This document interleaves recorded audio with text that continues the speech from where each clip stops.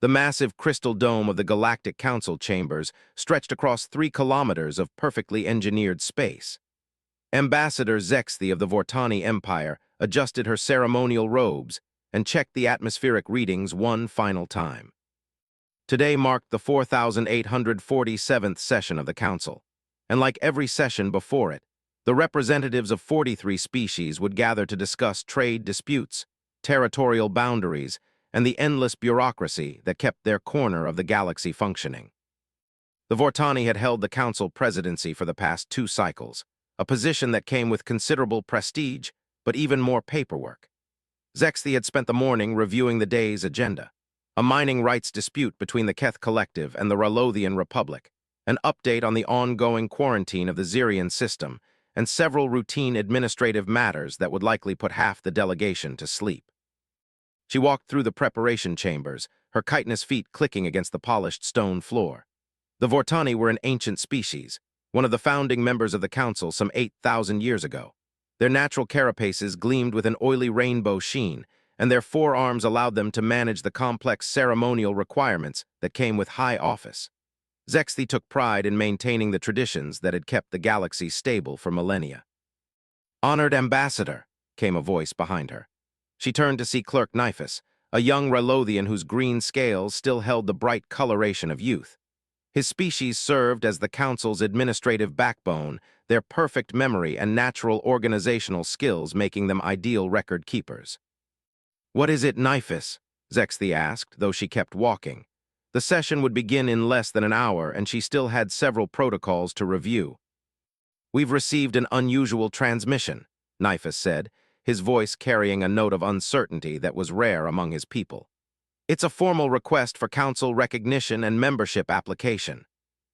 Zexthi paused. New species occasionally contacted the Council, though it happened perhaps once every few hundred years.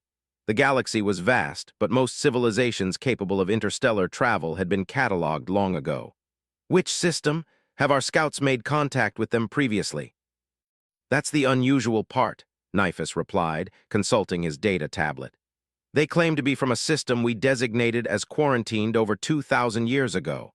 Sol system, 3rd planet. The planet was marked as having primitive life forms with violent tendencies." "Sol system?" Zexthi searched her memory. The name seemed familiar, but she couldn't place it immediately. "What was the species designation?" "Humans," Nifus said. "According to our records, they were observed to be in an extremely early stage of development. Stone tools, tribal warfare, no understanding of basic physics. The survey team recommended quarantine until they either destroyed themselves or evolved beyond their violent nature." Zexthi stopped walking entirely. A species emerging from a 2,000-year quarantine was unprecedented.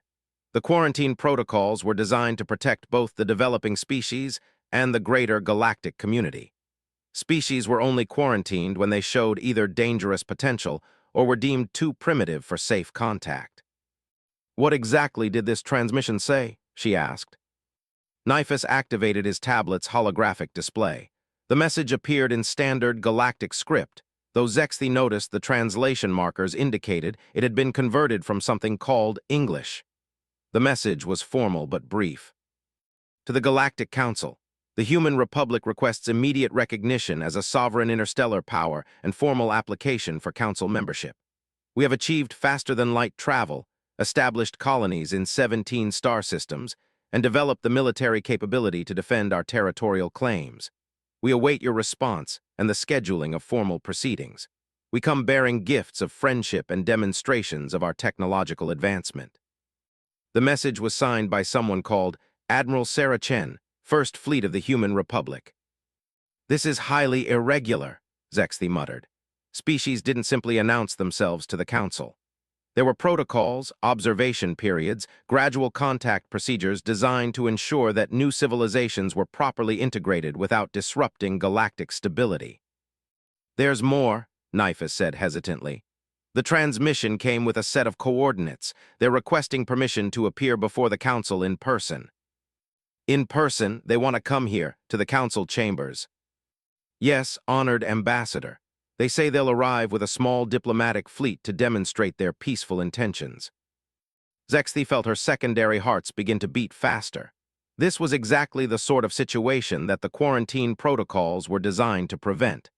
An unknown species, potentially dangerous, asking to appear before the gathered representatives of 43 civilizations. It was a recipe for disaster. "Have you consulted the archives about this Sol system?" she asked. "I'm still researching," Nifus admitted. "But the preliminary data is concerning. The early surveys noted extreme aggressive tendencies, territorial behavior, and a concerning ability to develop weapons technology at an accelerated rate. And now they claim to have developed FTL travel in only 2,000 years. Zexthi's voice carried disbelief.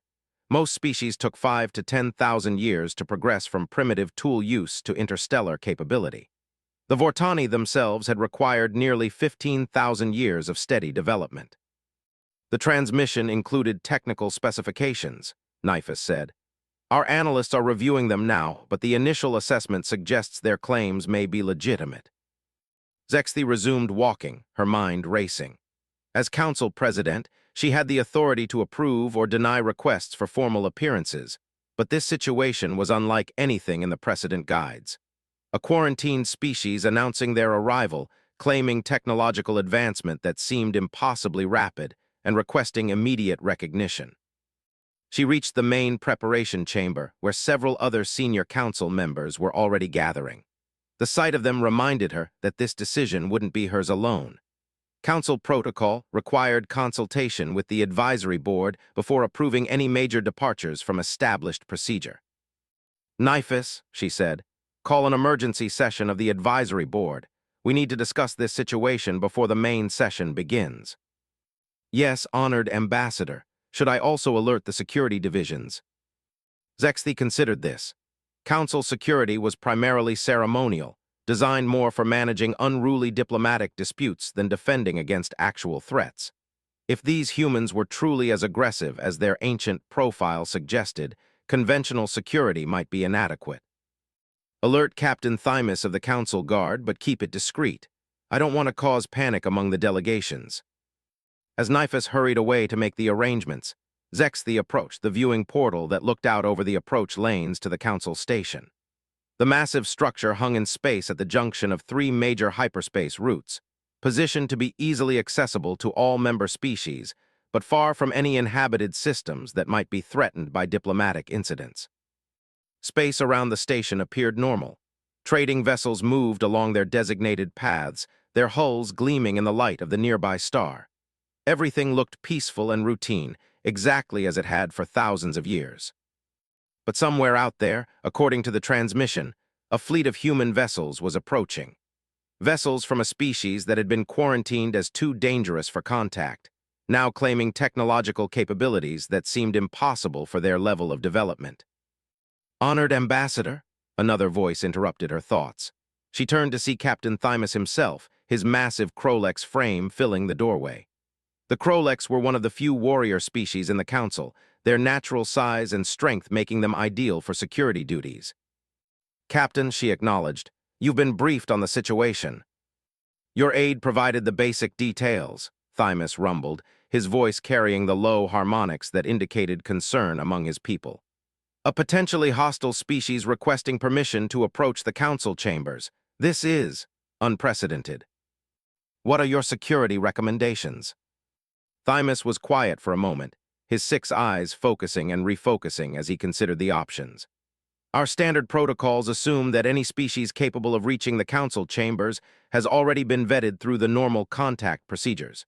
We're equipped to handle diplomatic incidents, not first contact situations with potentially hostile civilizations. Could you defend the station if necessary?" "Against what?" Thymus asked bluntly. "We know nothing about their technological capabilities, their weapons systems, or their tactical doctrine. The transmission mentioned a small diplomatic fleet, but we have no context for what that means to a species with their background." Zexthi felt a chill run through her carapace. The Galactic Council had operated for millennia under the assumption that new species would be gradually integrated through established protocols. The idea of an unknown civilization simply announcing itself and demanding recognition challenged the very foundation of galactic diplomacy. "Perhaps we should deny the request," she said. Explain that they need to go through proper channels, allow time for our survey teams to assess their current development level. That might be wise, Thymus agreed. Though I'm curious about one thing. How did they know how to contact us? The quarantine protocols specifically prevent any information about the Council from reaching quarantined species. The question stopped Zexthy cold. She hadn't considered that aspect. Quarantined species weren't supposed to know that the Galactic Council existed, let alone know how to contact them or where to find them. Nifus mentioned technical specifications in their transmission, she said slowly. What if they didn't learn about us through our own channels? You mean they discovered us independently? Thymus's voice carried a note of alarm. That would suggest intelligence-gathering capabilities we didn't anticipate. Before Zexthy could respond, Nifus reappeared at her shoulder, his scales pale with stress. Honored Ambassador, we have a situation. What now? The humans, they're here. Here, what do you mean here? I mean they've arrived at the outer perimeter of Council space, 12 vessels requesting permission to proceed to the station. Nifus paused, consulting his tablet. And Honored Ambassador, our sensors are having difficulty analyzing their ships. Difficulty how? The hull materials don't match anything in our databases. The energy signatures are unlike any known propulsion system. And Nifus hesitated again. And what? They're big, Honored Ambassador, much bigger than anything in our defensive fleet. Zexthy exchanged a look with Captain Thymus. The Krolex's expression had shifted to something she'd never seen before, uncertainty mixed with what might have been fear. How big? Thymus asked. The largest vessel appears to be approximately 8 kilometers in length, Nifus replied. For comparison, our largest Council security ship is just under 2 kilometers. 8 kilometers? Zexthy felt her legs go weak. That was larger than most Council station modules. You said 12 ships. Yes, Honored Ambassador. 11 smaller vessels, each approximately 3 to 4 kilometers in length, escorting the larger ship. Thymus was already moving toward his communication unit. I need to alert the fleet commanders immediately. This is far beyond normal diplomatic protocol. Wait, Zexthy called after him. We still don't know their intentions. They requested permission to appear before the Council. That suggests they want to follow some form of proper procedure. Honored Ambassador, Thymus said carefully. In my experience, species that build ships of that size aren't particularly concerned about following other people's procedures. Nifus cleared his throat nervously. There's one more thing. They're broadcasting on all frequencies now. The message is simple. We come in peace, requesting immediate audience with the Galactic Council leadership. We have urgent matters to discuss regarding galactic security. Galactic security, Zexthy repeated. What could they possibly know about galactic security? Perhaps, Thymus suggested grimly, they know more about what's happening in the galaxy than we do. The thought sent another chill through Zexthy's carapace. For thousands of years, the Council had prided itself on maintaining order and stability across their region of space. The idea that a quarantined species might have information that the Council lacked was deeply unsettling. What are your orders, Honored Ambassador? Nifus asked. Zexthy looked out at the peaceful space around the Council station, knowing that somewhere beyond her vision, 12 massive human vessels were waiting for her decision. Everything about this situation violated established procedure, but she couldn't shake the feeling that denying their request might be more dangerous than granting it. Send a response, she said finally. Tell them that the Council President will meet with their representative in the formal chambers in 2 hours. 1 ship only, minimal escort. Honored Ambassador, Thymus protested, that's extremely risky. Everything about this situation is extremely risky, Zexthy replied. But we need to know what they want and what they know. And Captain, prepare your forces but keep them discreet. If this goes badly, I want to be ready. As her subordinates hurried to carry out her orders, Zexthy remained at the viewing portal, staring out at the deceptively peaceful stars. Somewhere out there, the course of galactic history was about to change, and she had the uncomfortable feeling that the Council was no longer going to be in control of that change. The humans were coming, and despite 2,000 years of quarantine, despite all the protocols and procedures designed to prevent exactly this situation, there was nothing she could do now but wait and see what they wanted. The day that had started as routine administrative session had become something else entirely. The day humans appeared before the Galactic Council was about to begin, and Zexthi suspected that nothing would ever be quite the same again. Admiral Sarah Chen stood on the bridge of the UES Defiance, watching the massive Galactic Council station grow larger on the main display. 8 years of deep space exploration, 3 years of careful intelligence gathering, and 6 months of preparation had led to this moment. Humanity was about to announce itself to the galaxy, and she carried the hopes and fears of 15 billion souls on her shoulders. "Status report," she called out, her voice carrying the calm authority that had earned her command of humanity's first interstellar fleet. "All ships maintaining formation," reported Commander Marcus Torres from the navigation station. "The Council Station's traffic control has assigned us approach Vector 7. No signs of hostile intent, but their sensor sweeps are getting more intensive." "They're nervous," observed Dr. Alina Vasquez from her position at the science station. As humanity's leading expert on xenological communication, she had spent years preparing for this moment. "Understandable, really. We're probably the biggest disruption to their routine in millennia." Sarah nodded, keeping her expression neutral despite the mixture of excitement and apprehension she felt. The Council Station was impressive even by human standards, a massive crystalline structure that seemed to grow organically from a central core, with docking bays and living sections spreading out like the branches of some enormous tree. It was beautiful, alien, and represented everything humanity had dreamed of finding among the stars. "Signal from the Council leadership," announced Lieutenant Kim Patel from Communications. "They're requesting that only one ship proceed to the formal docking bay. They want minimal escort." "Just one ship," Torres frowned. "Admiral, that could be a trap." Sarah considered the options. Intelligence gathered over the past 3 years suggested that the Galactic Council was a largely peaceful organization, more focused on trade and bureaucracy than military action. But peaceful didn't mean harmless, and humanity had learned hard lessons about underestimating potential threats. "Dr. Vasquez, what's your assessment of Council military capabilities?" Alina consulted her data pad, scrolling through months of careful observation and analysis. "Based on what we've observed, their technology is sophisticated but focused on efficiency rather than warfare. Their ships are elegant, well-designed for exploration and transport, but they don't appear to prioritize heavy armament." "That matches our intelligence estimates," Sarah agreed. "Their society has been stable for thousands of years. They've probably forgotten what real military threats look like." "Should we comply with their request?" Torres asked. Sarah was quiet for a moment, considering. The diplomatic mission was crucial to humanity's future, but so was demonstrating that humans weren't going to be pushed around.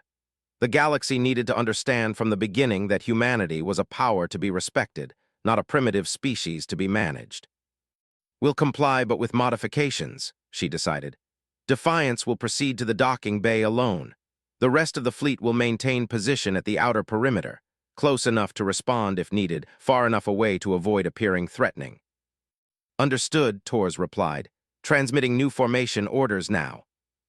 As the rest of the human fleet adjusted position, Sarah walked to the forward observation deck.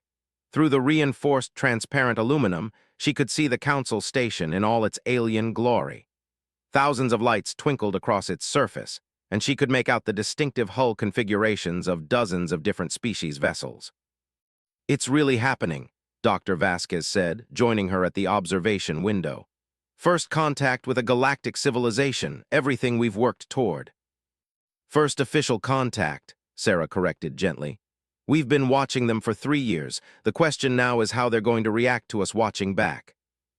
Alina nodded. Humanity's approach to galactic contact had been careful and methodical. When human deep space explorers had first detected signs of widespread interstellar civilization, the initial reaction had been wonder followed quickly by caution. History had taught humanity that first contact situations could go very wrong, very quickly. Instead of announcing themselves immediately, human intelligence services had spent years conducting careful observations. Stealth probes had monitored Council communications, mapped their territory, and analyzed their technology. What they found was both encouraging and concerning. The Galactic Council was indeed peaceful, more interested in maintaining stability than expanding territory. But they were also insular, set in their ways, and seemed to view themselves as the natural inheritors of galactic civilization. New species were rare, and when they appeared, they were expected to follow established protocols that could take centuries to complete. Humanity didn't have centuries. Admiral, Lieutenant Patel called from the bridge. Message from Council Traffic Control. They're directing us to Docking Bay 7. They'll have a reception committee waiting. Thank you, Lieutenant. Dr. Vasquez, are you ready for this? Alina adjusted her dress uniform and checked her translation equipment one final time. As humanity's first ambassador to the galactic community, she carried the weight of representing an entire species. As ready as anyone can be for making history. The docking procedure took 20 minutes. Sarah was impressed by the efficiency of the Council station systems. Their docking clamps engaged smoothly, and the atmospheric connections sealed with precision that spoke of thousands of years of experience. Whatever else could be said about the Council, they knew how to handle starships. Atmosphere checks out, reported the ship's environmental officer. Standard oxygen-nitrogen mix, slightly higher pressure than Earth normal but well within acceptable ranges. They've done their homework, Sarah noted. Somehow, the Council had prepared an environment suitable for human physiology despite having no recent contact with their species. That suggested either very good archives or very good intelligence gathering capabilities. The docking bay that greeted them was vast and clearly designed to accommodate a wide variety of species and ship types.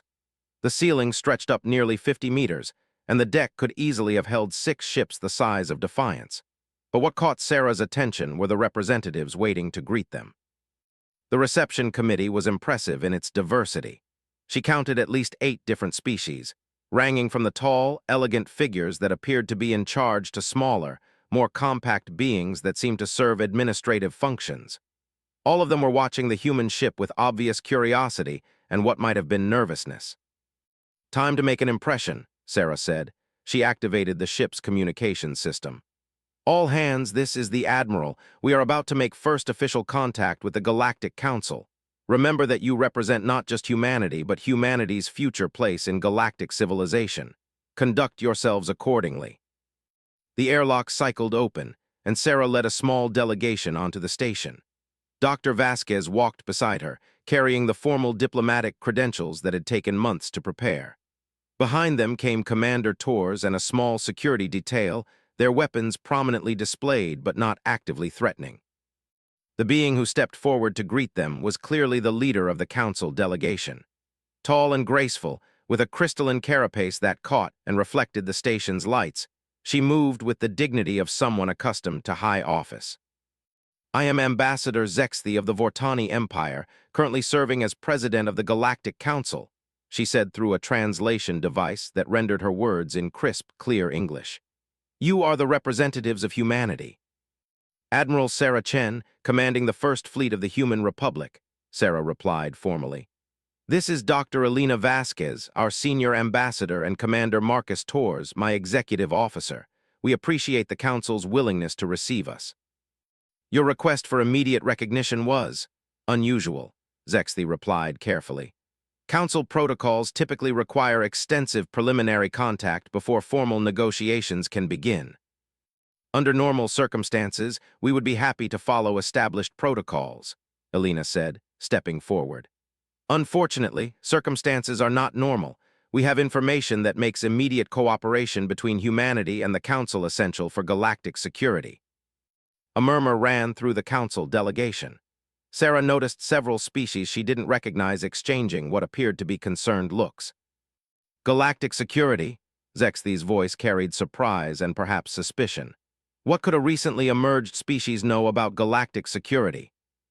Alina and Sarah exchanged a glance. This was the moment they had debated extensively during the journey to Council space. How much to reveal immediately, how much to hold in reserve.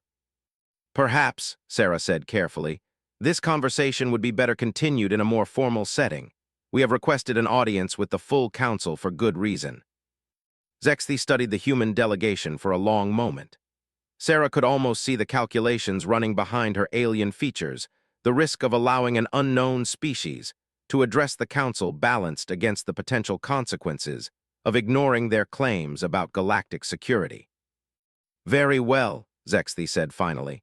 The council will convene in formal session in 1 hour.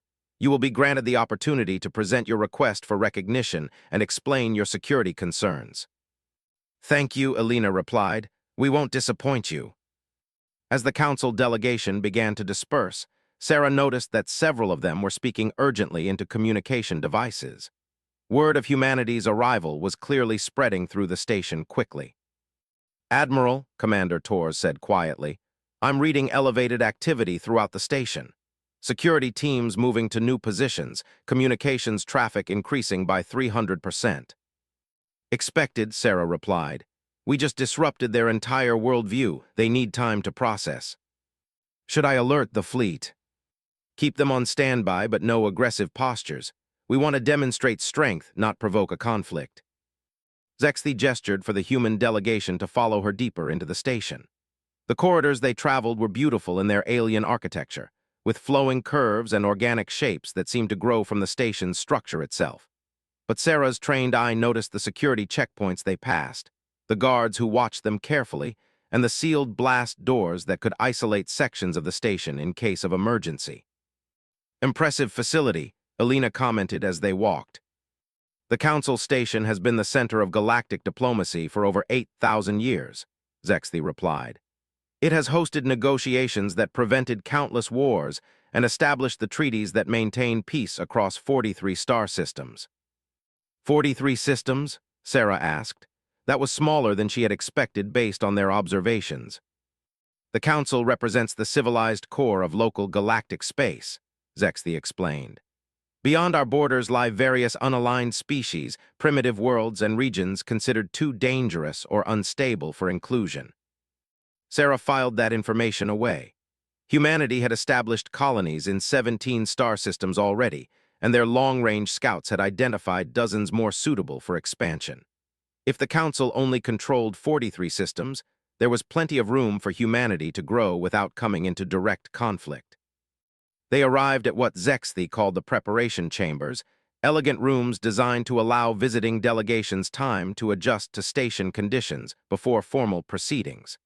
The rooms were spacious and well-appointed, with atmospheric controls that had been adjusted for human physiology. You have 1 hour to prepare your presentation, Zexthy informed them.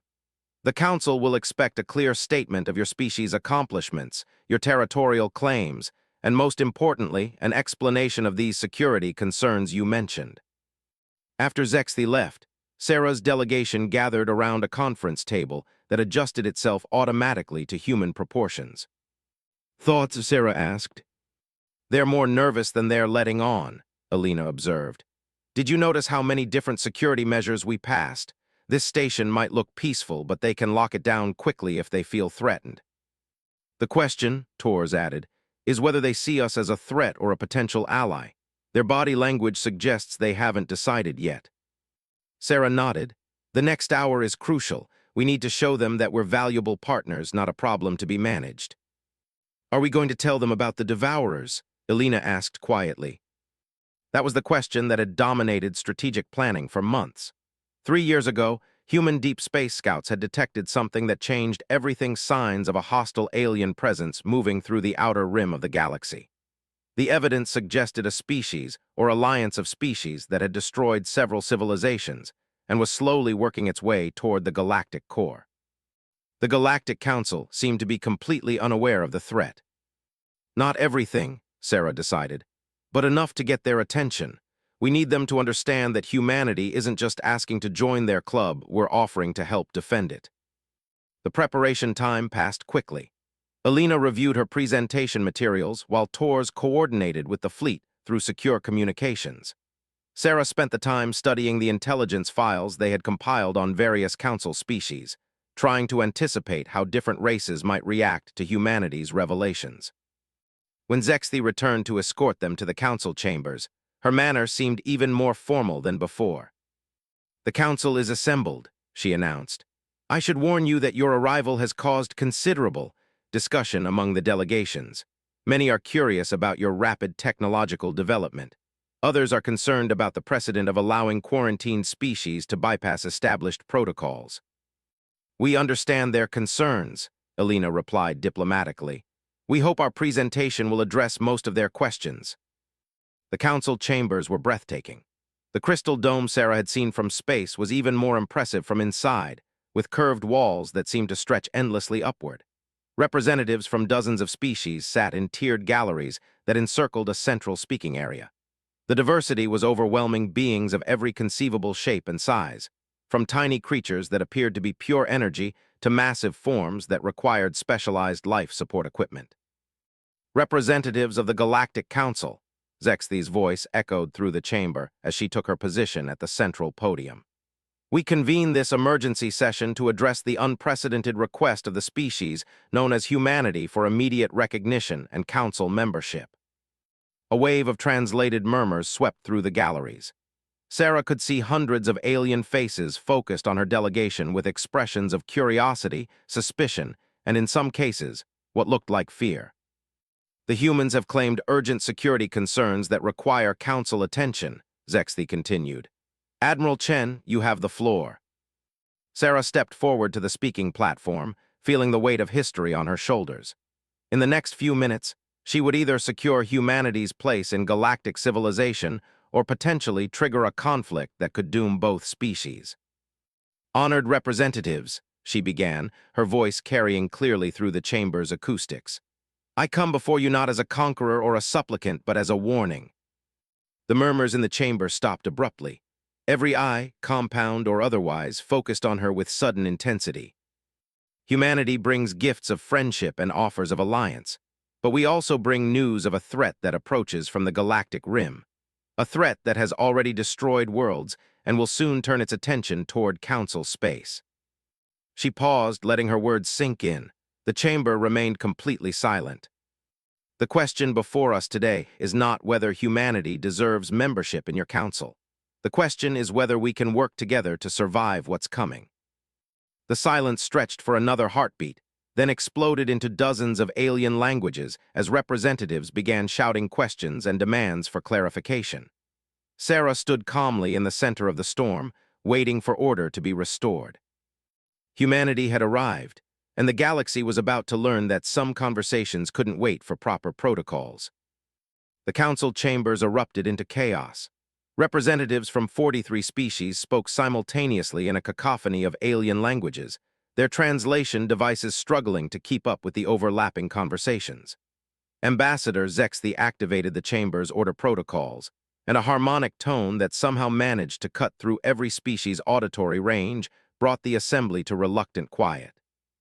Admiral Chen, Zexthi's voice carried an edge of formality that hadn't been there before. These are serious accusations. The Council requires specific evidence to support claims of galactic-level threats. Sarah had expected this reaction. The Galactic Council had enjoyed thousands of years of relative peace and stability. The idea that a major threat could approach without their knowledge would challenge their fundamental assumptions about their role in the galaxy. Dr. Vasquez will present our evidence, Sarah replied calmly.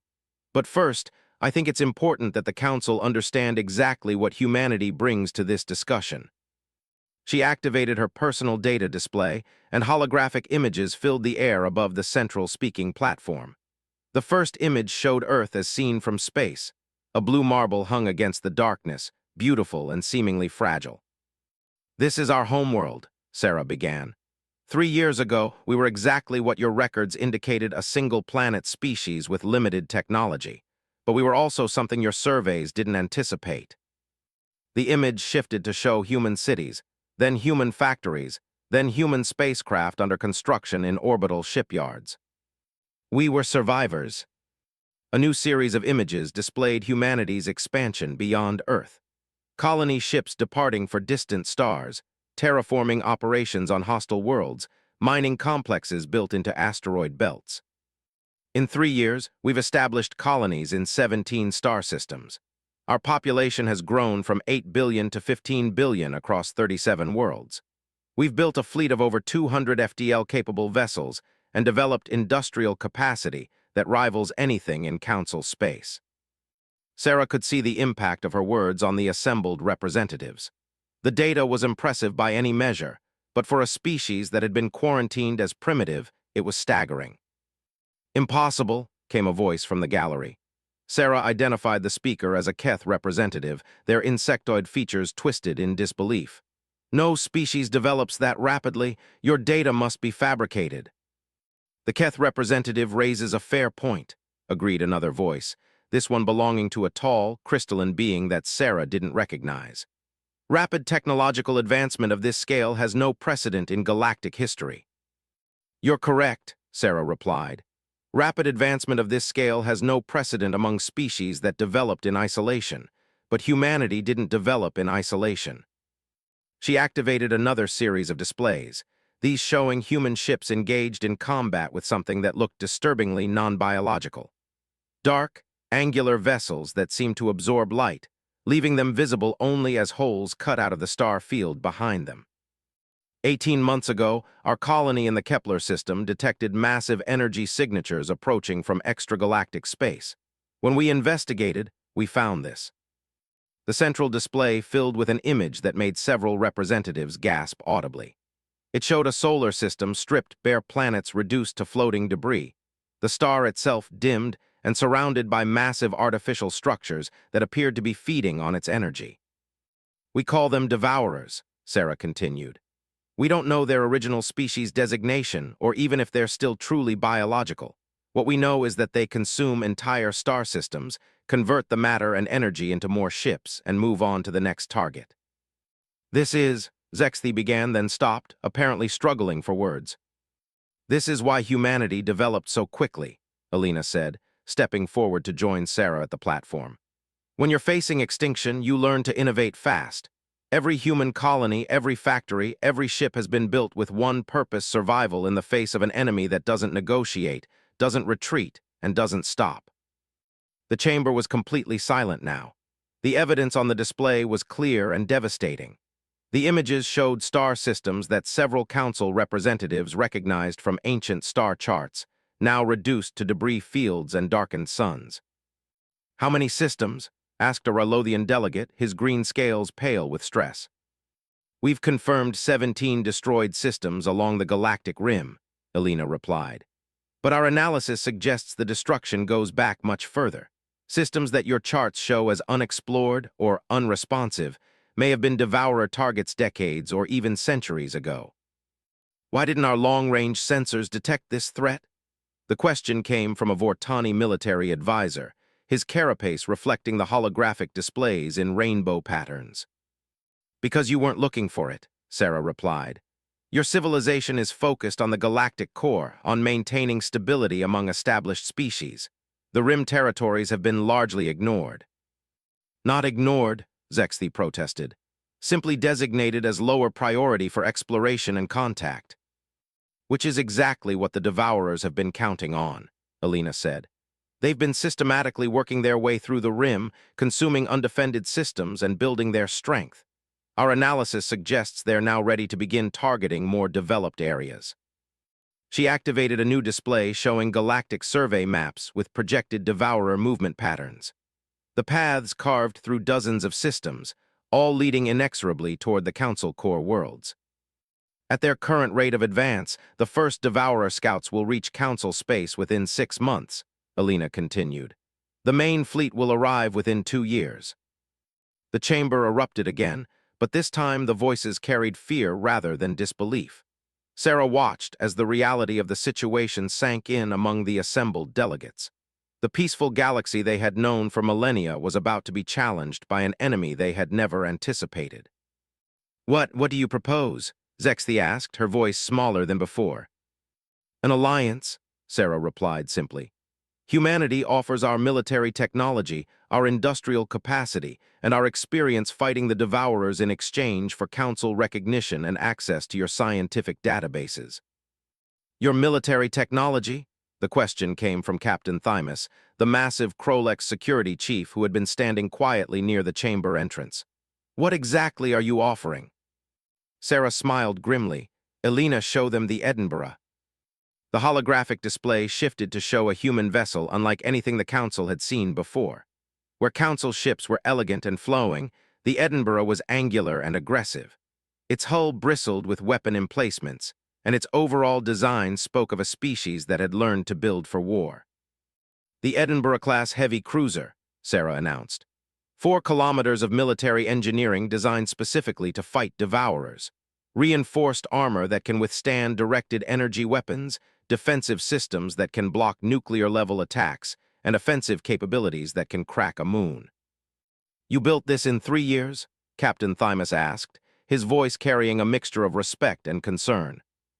"We built 50 of them in 3 years," Sarah corrected. "Along with appropriate support fleets, ground assault forces, and mobile shipyards that can establish military production facilities in any system within 6 weeks." The numbers clearly shocked the Council representatives. Several species were engaged in rapid conversations with their advisors, and Sarah could see calculator devices being activated throughout the galleries. 50 ships of this size represents industrial capacity greater than the combined output of several Council worlds, observed a Xerian delegate, their energy form flickering with agitation. "How is this possible?" "Because we had to," Alina replied. "Every human, from our leaders to our children, understood that our species faced extinction. When survival is at stake, you discover capabilities you never knew you had." "But why come to us?" asked a representative Sarah hadn't seen before, a being that appeared to be composed of living crystal.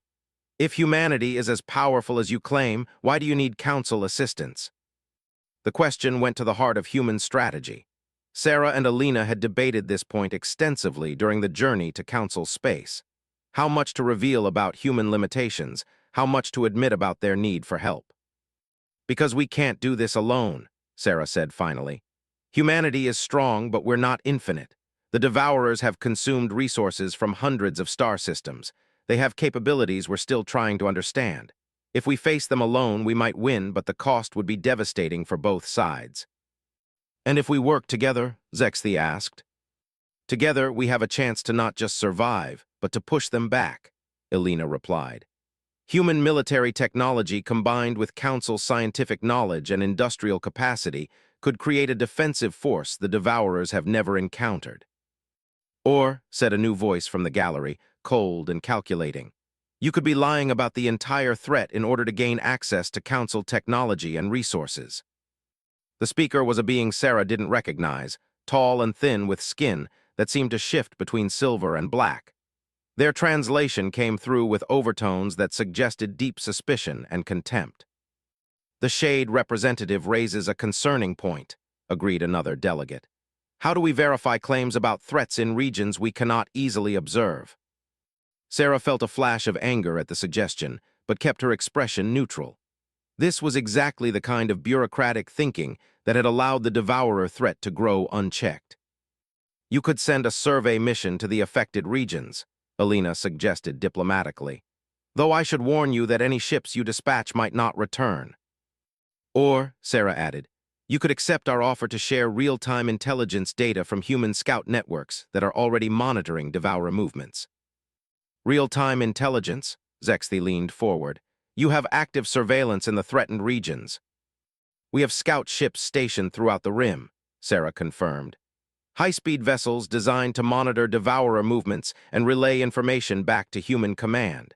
We can provide the Council with complete tactical intelligence about enemy dispositions and movement patterns." The offer of real intelligence data clearly had more impact than the abstract threat warnings. Several representatives were already reaching for communication devices to consult with their home governments. "Admiral," Captain Thymus said slowly, "assuming your intelligence proves accurate, what kind of military cooperation are you envisioning?" "Integrated defense networks," Sarah replied. "Human heavy combat vessels working with Council ships to establish defensive positions at key strategic points. Combined production facilities to build weapons and support systems. Shared training programs to ensure all forces can work together effectively. And in return, full Council membership for humanity, access to galactic trade networks, and scientific cooperation to help us understand Devourer technology," Alina answered. "We're offering to help defend the galaxy. In exchange, we want to be part of it." The chamber fell quiet again as representatives considered the proposal. Sarah could see the calculations running behind dozens of alien faces, the risk of trusting an unknown species balanced against the potential consequences of facing an existential threat alone. This is a decision that requires full consultation with member governments, Zexthy announced finally. The Council will adjourn for 6 hours to allow delegations to communicate with their home worlds. When we reconvene, we will vote on humanity's proposal. 6 hours? Sarah asked. Ambassador, our intelligence suggests that Devourer advance scouts are already probing the outer systems. Every day we delay gives them more time to prepare. The Council has procedures for a reason, Admiral, Zexthy replied firmly. Decisions of this magnitude cannot be rushed. Sarah wanted to argue further, but Alina placed a restraining hand on her arm. They had presented their case as clearly as possible. Now they could only wait and hope that galactic bureaucracy could move quickly enough to matter. As the council session adjourned and representatives began filing out of the chamber, Sarah noticed that several delegations were already engaged in intense discussions. The Krolex military advisors were studying holographic displays of human ship designs, while the Ralothian scientists appeared to be analyzing Devourer technology data. Think we convinced them? Alina asked quietly. Some of them, Sarah replied. The question is whether we convinced enough of them. They were escorted back to their preparation chambers to wait for the council's decision. Through the transparent walls, Sarah could see the space around the station, peaceful and well-ordered. Somewhere beyond the horizon, her fleet waited for word on whether humanity would find allies in the coming war or face the Devourers alone. The next 6 hours would determine the fate of galactic civilization, and there was nothing left to do but wait. The 6 hours of recess stretched like an eternity. Admiral Sarah Chen paced the length of the preparation chamber's main window, watching the steady stream of diplomatic vessels arriving and departing from the council station.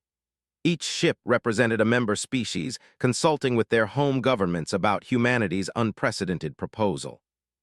Dr. Alina Vasquez sat at the central table, methodically reviewing intelligence files and preparing responses to questions that hadn't been asked yet. Her experience as a xenological specialist had taught her that alien cultures often focused on details that humans might consider irrelevant, and she wanted to be ready for anything. Commander Marcus Torres monitored communications from the human fleet, now positioned at the edge of Council space. The 11 ships under his indirect command represented the largest military force humanity had ever assembled, and their crews waited anxiously for word on whether they would soon have allies or enemies. Admiral, Torres called from his station, we're receiving priority transmissions from multiple Council vessels. Heavy encryption, military protocols. They're definitely taking our warnings seriously. Are they positioning defensive forces? Sarah asked. Hard to tell from here, but there's definitely increased military traffic in the outer systems. The Krolex appear to be moving their largest ships to forward positions. Sarah nodded. The Krolex were warrior species by nature, which meant they understood the strategic implications of the Devourer threat better than most Council members. If Captain Thymus had convinced his superiors to begin defensive preparations, it suggested that at least some Council species were taking human intelligence seriously. Dr. Vasquez, Sarah said, what's your assessment of the various species' reactions? Alina looked up from her files. Mixed, as expected. The military-oriented species like the Krolex and Vortani seem most receptive to our warnings. The Xerian and Ralothian scientific delegations were fascinated by our technical data. But several species, particularly the Shade and some of the older civilizations, remain deeply suspicious of our motives. They think we're lying about the threat. Some of them, yes. Others are concerned that we might be the threat. A species that develops military technology this rapidly could be seen as inherently dangerous. Sarah stopped packing and turned to face her chief advisor. Are we dangerous, Alina, from their perspective? Alina was quiet for a moment, considering the question carefully. Honestly, yes, we probably are. Our entire civilization has been shaped by the need to fight or die. We've militarized our technology, our industry, our way of thinking. Even our civilian colonies are designed with defense in mind. But we're not aggressors, Torres pointed out. Everything we've built has been for survival, not conquest. The galaxy doesn't know that, Alina replied. From their perspective, an unknown species has suddenly appeared with massive military forces and claims of galactic threats. It could be genuine, or it could be an elaborate deception designed to destabilize their civilization. So what do we do if they vote against us? Sarah asked. The question hung in the air between them. Humanity's leadership had prepared contingency plans for various scenarios, but they all involved significant risks. If the Council rejected their proposal, humanity would face the Devourers alone, a winnable fight, but one that would cost billions of lives and leave human civilization fundamentally changed. "We implement Protocol 7, Elena said quietly. Protocol 7 was the option none of them wanted to consider. If the Council refused to cooperate, humanity would be forced to establish defensive positions in Council space, with or without permission. It would mean abandoning any hope of peaceful integration and accepting the role of galactic pariah in exchange for survival. "Let's hope it doesn't come to that," Sarah said. A soft chime indicated an incoming communication. Tors activated the chamber's display system, and the image of Ambassador Zexthi appeared in holographic form. "Admiral Chen," Zexthi said formally, "the Council has reached its preliminary decisions. We are prepared to reconvene." "Thank you, Ambassador. We'll be ready." The hologram flickered out, leaving the human delegation alone with their thoughts and fears. "Whatever happens," Sarah said, "remember that we're representing more than just ourselves. We're speaking for every human who's ever looked up at the stars and dreamed of finding friends among them." The Council chamber felt different when they returned.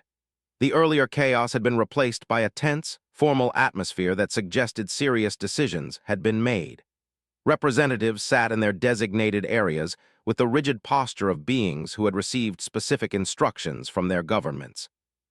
Ambassador Zexthi took her position at the central podium, her crystalline carapace reflecting the chamber's lights in patterns that seemed more subdued than before. "The Galactic Council has considered humanity's request for membership and alliance," she began. "After extensive consultation with member governments, we have reached the following decisions." Sarah felt her heart rate increase. Elena moved slightly closer, ready to provide support for whatever was coming. "First, regarding the threat you call the Devourers, the Council has dispatched emergency survey missions to the affected regions.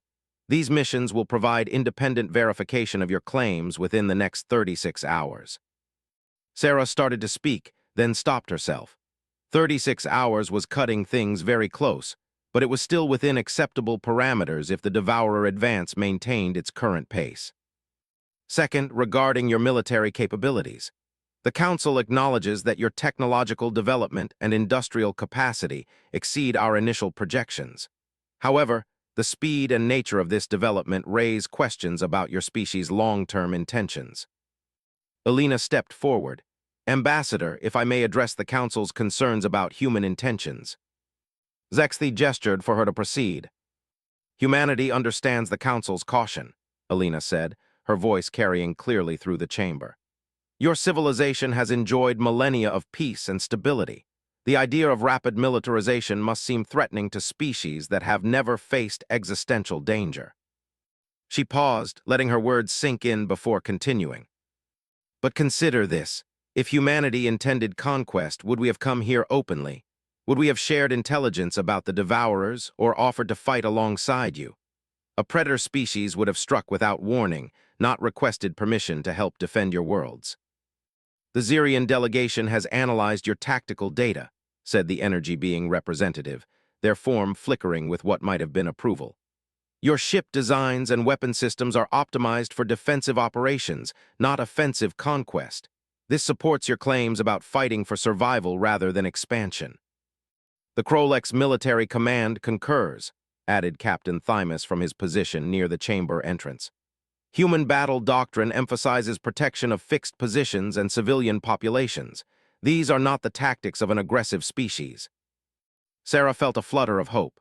If the military-minded species were supporting humanity's credibility, it would carry significant weight with the Council's decision-making process. "Third," Zexthi continued, "regarding your request for immediate membership, the Council cannot bypass established protocols without setting dangerous precedents for future contact situations." Sarah's heart sank. This was the bureaucratic response they had feared, technically correct but potentially catastrophic in practice. "However," Zexthi added, and Sarah's attention snapped back to full focus, The Council is prepared to offer humanity provisional membership status, pending successful completion of the verification process. Provisional membership? Alina asked.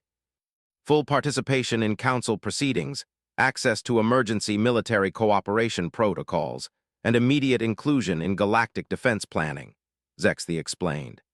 In exchange, humanity will submit to Council oversight of military operations and agree to temporary restrictions on territorial expansion.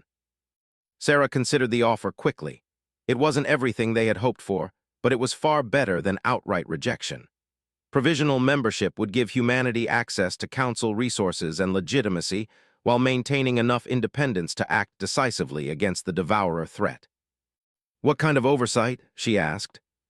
Council observers will be stationed with human military forces to ensure compliance with galactic warfare protocols, Captain Thymus replied. Standard procedure for provisional members with significant military capabilities. And the restrictions on expansion. Humanity will agree not to establish new colonies in systems claimed by Council members, Zexthi said. However, expansion into unaligned systems will be permitted with Council notification. The terms were reasonable, Sarah decided. Perhaps more reasonable than humanity had any right to expect given the circumstances of their arrival. The Council requires an immediate answer, Zexthi added.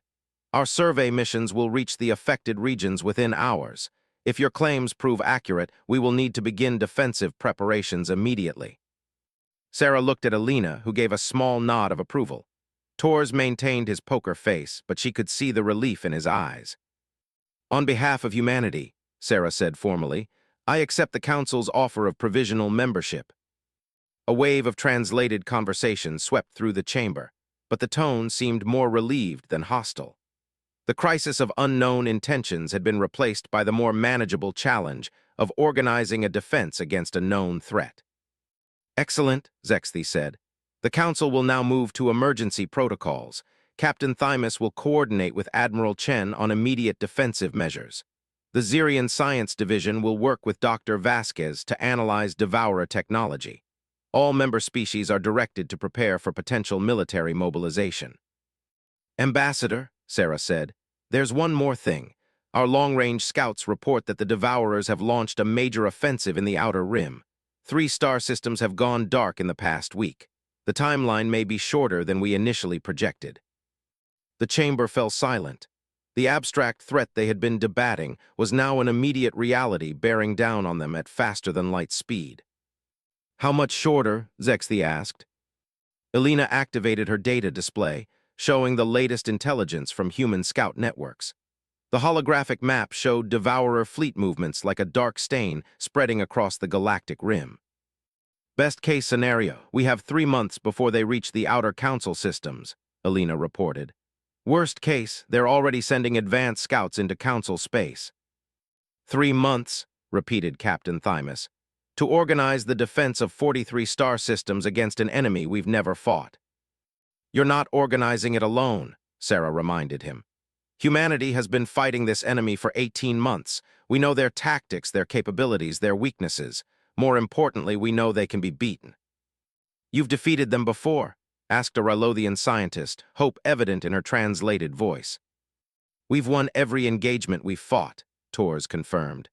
The key is understanding that they rely on overwhelming force and resource superiority. When you can match their firepower and outmaneuver their formations, they become vulnerable. The Edinburgh-class cruisers Admiral Chen showed us, Captain Thymus said thoughtfully. How many are available for immediate deployment? 50 are currently operational, Sarah replied. Another 20 will be completed within 6 weeks if we can establish forward production facilities in Council space. And your support fleets? Approximately 400 vessels of various classes, with industrial capacity to double that number within 3 months given adequate resources. The numbers clearly impressed the Council representatives. Sarah could see the calculations running through their minds. Human military capability combined with Council industrial resources could create a defensive force, unlike anything the galaxy had ever seen. Then we have work to do, Zexthi said firmly. This session is adjourned. All emergency protocols are now in effect. May the stars preserve us all. As the council representatives filed out of the chamber with urgent purpose, Sarah felt a mixture of relief and apprehension. Humanity had gained the allies they needed, but now came the real test, proving that cooperation between species that had never worked together could succeed against an enemy that had never known defeat. The easy part was over. Now they had to save the galaxy. 2 months after humanity's dramatic appearance before the Galactic Council, the galaxy had transformed beyond recognition. What had been peaceful trading routes were now heavily fortified defensive corridors. Ancient worlds that hadn't seen military vessels in millennia now hosted massive fleets preparing for the war everyone hoped might never come. Admiral Sarah Chen stood in the command center of Bastion Alpha, the massive defense platform that now guarded the primary approach to Council core worlds.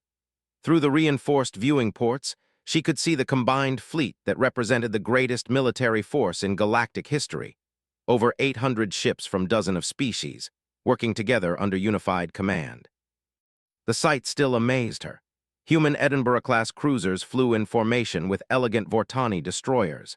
Krolek's heavy battleships coordinated with swift Ralothian scouts. Even the energy-based Xerion had contributed specialized vessels that defied traditional ship classifications. "Admiral," called Commander Torres from the tactical station, "we're receiving priority signals from Scout Group 7. They've made contact with the Devourer advance elements." Sarah moved to the central display, where holographic representations showed the outer perimeter of Council space. Red markers indicated confirmed Devourer positions, while blue markers showed the positions of Allied forces. "Where?" she asked. "Kepler 442 system, approximately 40 light-years from the nearest Council world," Torres replied. "Scout Group 7 reports 12 Devourer vessels, standard hunter-killer formation." "Just 12?" asked Captain Thymus, who had been promoted to Joint Task Force Commander for the defense operations. His massive Krolex frame dominated one side of the command center, but his voice carried concern rather than relief. "That's what worries me," Sarah agreed. 12 ships is a probe force, not a serious attack. They're testing our defenses." Dr. Alina Vasquez looked up from her analysis station. Over the past 2 months, she had become the galaxy's leading expert on Devourer technology, working with scientists from every Council species to understand their enemies' capabilities. "The probe makes sense," Alina said. "Our intelligence indicates the Devourers always scout their targets thoroughly before committing their main forces. They're probably more interested in our response than in actually taking territory." "What kind of response are they expecting?" asked Admiral Kethvar, the Vortani commander who served as Sarah's second-in-command. "Based on their previous campaigns, they expect panic and disorganized resistance," Sarah replied. "Species that have never worked together, using incompatible technologies and tactics. Instead, they're about to encounter something they've never seen before," Thymus added with grim satisfaction. The past 2 months had been a whirlwind of preparation and integration. Human military advisors had worked around the clock with their Council counterparts to develop unified command structures and compatible communication systems. Human industrial facilities had been established in a dozen Council systems, producing weapons and equipment designed to be used by any species. Most importantly, the various Council species had proved remarkably adaptable when their survival was at stake. The Ralothian capacity for organization had created logistical networks that could supply forces across hundreds of light-years. Vortani diplomatic skills had resolved interspecies conflicts before they could interfere with military operations. Krolex warriors had embraced human tactical doctrines with enthusiasm that sometimes worried their human instructors. "Orders, Admiral?" Torres asked. Sarah studied the tactical display for a moment, considering her options. This probe force represented the first real test of the alliance they had built. How they responded would determine whether the Devourers saw them as a threat to be taken seriously or just another civilization to be consumed. "Signal Fleet Group Delta to intercept," she ordered. "I want them to engage the Devourers at maximum range with overwhelming force. No heroics, no testing of enemy capabilities. Show them exactly what they're facing." "Fleet Group Delta acknowledges," Torres reported. "ETA to intercept 4 hours." Fleet Group Delta was one of Sarah's favorite formations. 6 human cruisers working with 8 Council vessels in a configuration designed to showcase the best capabilities of every species involved. If the Devourers wanted to see what they were facing, they would get a clear demonstration. "Admiral," Elena said, "I'm reading some unusual energy signatures from the Devourer formation.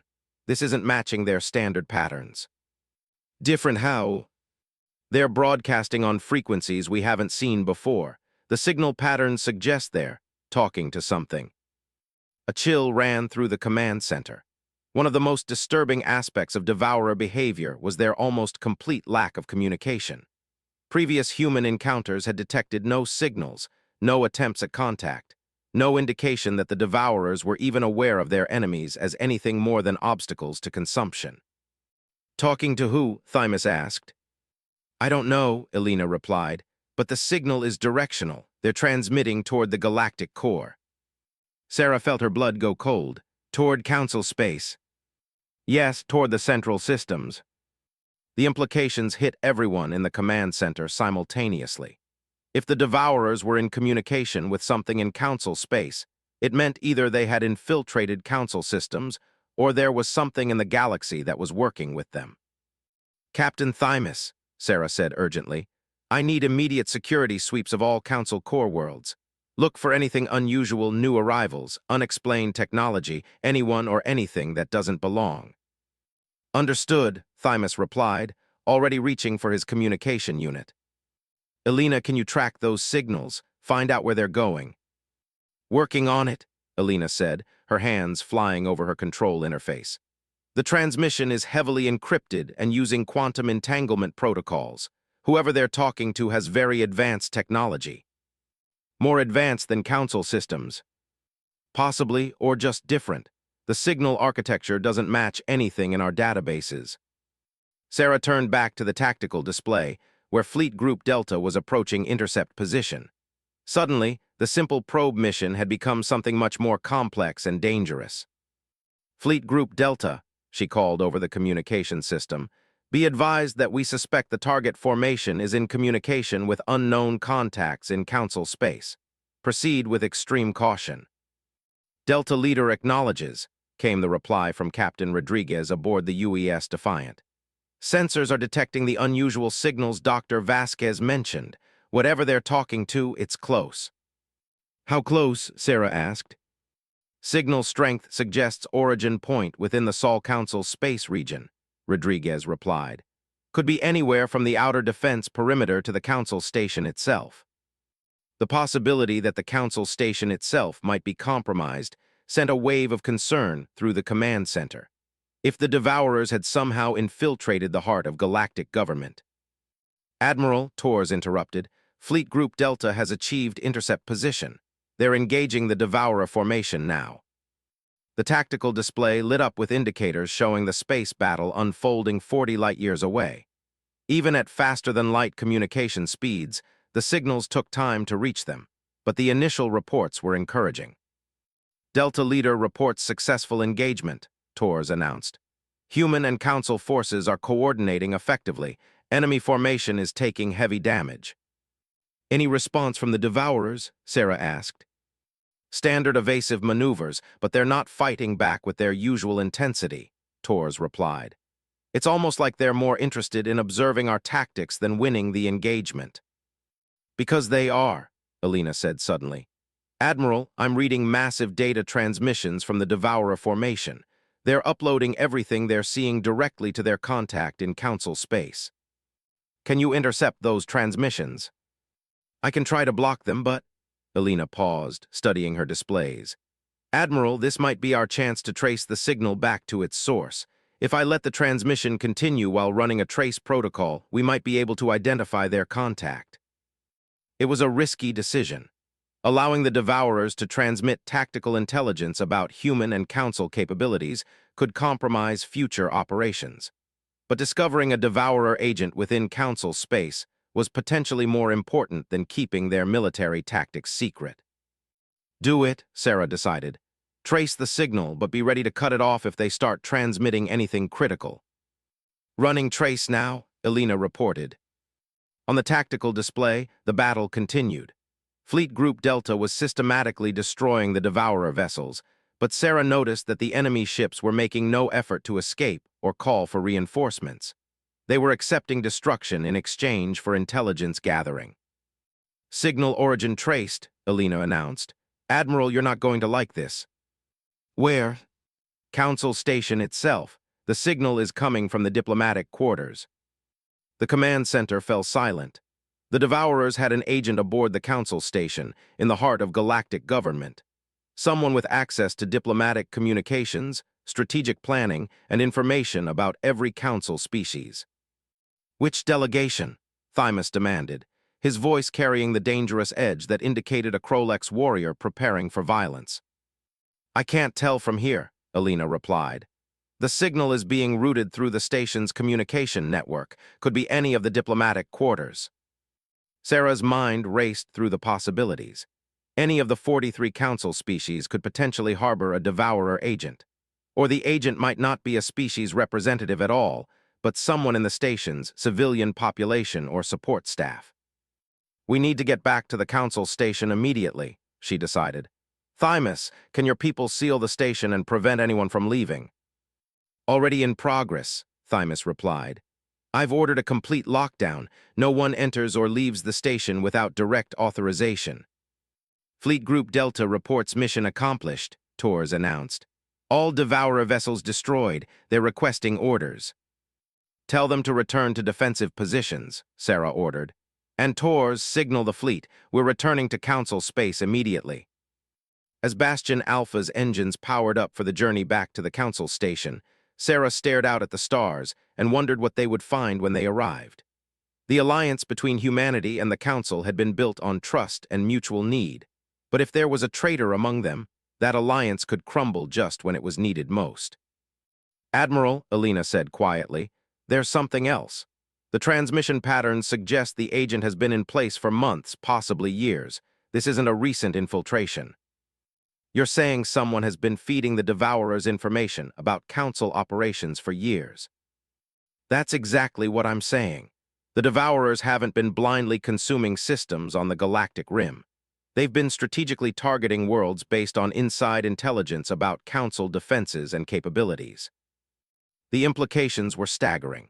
If the Devourers had been planning their attack on Council space for years, gathering intelligence and eliminating potential threats, then humanity's arrival might have been the only thing that prevented a successful conquest. "How long until we reach the Council Station?" Sarah asked. 6 hours at maximum speed," Tors replied. "Signal ahead to Ambassador Zexthi. Tell her we need an emergency session of the Council. Full membership, no exceptions."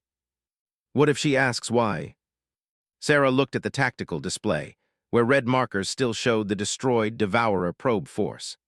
In 6 hours, they would either uncover the greatest threat to galactic security in millennia, or destroy the alliance that represented the galaxy's only hope for survival. "Tell her," Sarah said grimly, "that we've discovered who's been helping the Devourers, and that someone is on the Council Station right now." The race back to Council space began immediately. Behind them, the galaxy's defensive fleets maintained their positions, unaware that their greatest enemy might already be among them. Ahead lay the Council Station, seat of galactic government and home to representatives of every free species in known space. Somewhere in that peaceful diplomatic facility, a traitor waited. Someone who had betrayed entire civilizations to an enemy that offered no mercy, no negotiation, and no hope of survival. In a few hours, humanity would either save the galaxy or watch it burn from within. The day humans had appeared before the Galactic Council had been the beginning of a new era. What happened next would determine whether that era would be one of cooperation and hope, or betrayal and extinction. The blood-red fleets that had announced humanity's arrival were coming home, and this time they were bringing justice with them.